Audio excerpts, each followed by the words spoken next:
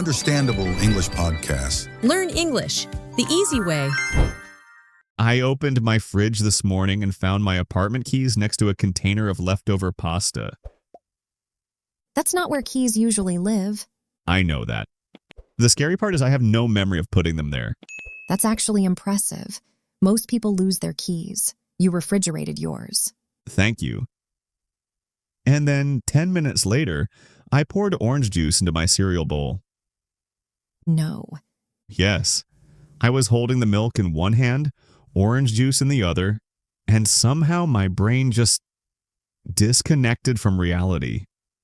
Welcome back to the Understandable English podcast, where Bryan's operating system is currently updating in the background. Updating? Jessica, I think my brain is a glitching computer running on 1% battery. The strange thing is you slept 8 hours. Exactly. That's what scares me. If you're listening while commuting or cooking or doing laundry, please tell me I'm not alone. If you've ever put something in the completely wrong place because you were tired, leave a comment. I need emotional support. And evidence. We need evidence that this is a common human experience. I really thought sleep was supposed to fix everything. Nobody told me I could sleep 8 hours and still feel like a confused goldfish. I think a lot of people feel that way lately. That's what I keep wondering. Why is everyone tired all the time? Everywhere I go, somebody says they're exhausted. It's become the default answer.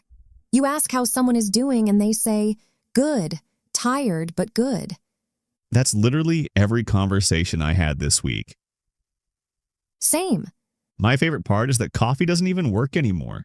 I made a huge cup this morning. I drank the whole thing. Nothing happened. Your relationship with coffee has become very complicated. It used to save me. Now it's just a warm beverage that watches me suffer. That's a surprisingly emotional description. Because we went through a lot together. Apparently not enough. I think part of the problem is that I'm always doing things on autopilot. Yesterday I walked into a room and completely forgot why I was there. That's a classic one. I stood there looking around like a confused tourist. Then I left the room. Then I remembered why I went in. Then I went back. Then I forgot again. That sounds exhausting even to listen to. It was exhausting to perform. I notice something similar when people are overwhelmed. They keep moving all day, but their attention is scattered everywhere. That's exactly how it feels. My body is doing things. My brain is somewhere else. Like 20 browser tabs open at the same time. And one of them is playing music, but I can't find which tab it is. That's surprisingly accurate. Last week, I tried to keep up with everything. Work, messages, errands, exercise, podcasts, news, emails. By Friday evening, I was sitting on my couch staring at a wall. Doing nothing? Completely nothing. Not even scrolling. Just staring. Honestly, that sounds kind of peaceful. It was. For about 4 minutes. Then I started feeling guilty. That's the modern problem. People finally rest and immediately think they should be doing something else. Exactly. My brain said, "Congratulations on sitting still. Now let's worry about 12 different things." Very productive anxiety. If that sounds familiar, leave a like. Not because we're asking for likes. I just think it's comforting when you realize other people experience the same thing. Sometimes people need to hear they're not the only person struggling to keep up with life. There it is again. Keep up. That's how everything feels lately. Like a race nobody remembers joining. Yes, that's exactly it. Everybody's running and nobody knows where the finish line is. And then they wonder why they're tired. I also think phones make it worse. They definitely can. I'll pick up my phone to check one message. 20 minutes later, I'm watching a video about a man building a cabin in the woods. Which somehow feels important in the moment. Extremely important. I suddenly need to know how he built a roof. Meanwhile, your original message remains unanswered. Lost forever. I don't think screens are evil. I just think our brains never get a quiet moment anymore. That's true. Even when I'm resting, I'm consuming something. A video, a podcast, music, social media. Exactly.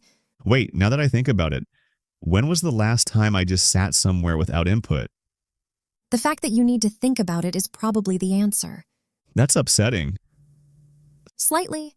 So what's your secret? Because you're always calm. Not sleepy calm, just normal human calm. I don't know if I have a secret. You definitely do. Well, I started doing something strange a few months ago. Here we go. I started painting tiny watercolors. What? Tiny watercolors? I expected meditation or yoga, not miniature paintings. They're not even good paintings. That makes it better somehow. I bought a small notebook and a cheap set of paints. Sometimes in the evening, I'll paint a tiny tree or a little cup of tea or a random cloud. Are you secretly an artist? Absolutely not. Then why do it? Because I like the feeling of the brush moving across the paper. That's it? That's it. No goal, no challenge, no social media account? No, nobody sees them. That's kind of beautiful. I think I spent years trying to turn every hobby into a project. Then one day I realized I could just enjoy something.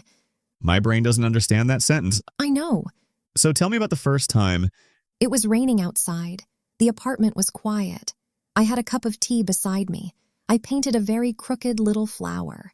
Crooked flower. Extremely crooked. Did it bother you? Not at all. That's what surprised me. Usually I want things to be good immediately, but this time I didn't care. Wow. The flower looked terrible. Then I painted another one. You're making this sound very relaxing. It was. My phone was in another room. Nobody needed anything from me. There was no deadline. That sounds like a vacation. A very small vacation. I think that's what people are missing. Small moments. I agree. People keep looking for giant solutions. While ignoring tiny solutions. Exactly. I would probably ruin it. I'd paint one flower and immediately start researching how to become a professional watercolor artist. That's why your brain is tired. Fair. I also created a simple screen-free evening rhythm. See, that sounds like something a wise person would say. It's not complicated. About an hour before bed, I stop scrolling. Just like that? More or less. Sometimes I read, sometimes I paint, sometimes I just sit with tea.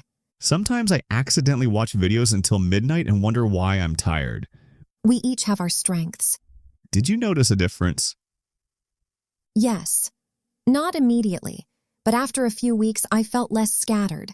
Less scattered is exactly what I want. That's why I think people underestimate consistency. Here comes the responsible advice. Not advice, observation. Okay. People try to figure out huge solutions to exhaustion when sometimes they just need a little more quiet. That's surprisingly simple. Most useful things are. I remember one evening recently when the power went out in my building. Oh, that's right. At first I was annoyed. No internet, no lights, no entertainment. A modern nightmare. But after an hour, I noticed something weird. I felt calmer. Because everything stopped. Exactly. There was nothing to keep up with, nothing to check. Sometimes life makes the decision for you. Maybe that's why everyone feels tired. We never really stop. I think that's part of it. And maybe we're tired in ways that sleep can't fix. That's an interesting thought. Like phantom exhaustion. Explain. You're not physically exhausted. You're mentally full. I think many people understand that feeling. Like your brain needs a chair and a glass of water. That's a very Bryan explanation. Thank you. You're welcome. You know, we've used some interesting expressions today. We have. One that keeps coming up is running on 1% battery, That's a common way to say you have almost no energy left. which describes my relationship with mornings. Another one was on autopilot. That's when you're doing things automatically without really thinking about them. Like putting apartment keys in a refrigerator. Exactly. We also said keep up, That means moving at the same speed as other people or situations. which is what I keep trying to do with life. Another useful one is figure out. It means finding an answer or solution. Like trying to figure out why I was holding orange juice over my cereal. A mystery for future historians. We talked about feeling scattered, That means your attention feels divided and unfocused. which is how I feel when 5 people text me at once. And finally, screen-free. I like that one. It simply means spending time away from phones, tablets, computers, and other screens. Which sounds healthier than arguing with my phone at midnight. Much healthier. Tell us in the comments which phrase felt most useful. You can even write a sentence with it. It's a nice way to practice English. And it's always interesting to see how different people use the same expression. You know what I like about this conversation? What? Nobody solved exhaustion, That's true. but somehow I feel better.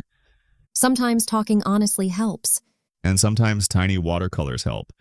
Tiny, imperfect watercolors. Important distinction. Very important. I think that's a good place to end. I think so too. Thanks for spending time with us today. If you're feeling tired, hopefully this conversation felt like a small break. And maybe a reminder that rest doesn't always have to be dramatic. Sometimes it's just a quiet evening. Goodbye, everyone. Take care. Goodbye. Quick post-credit update. I was running on 1% battery, trying to keep up with life, doing everything on autopilot, feeling completely scattered, trying to figure out why I was tired.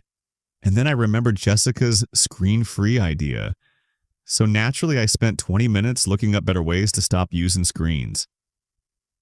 That is the most on-brand thing you've ever said.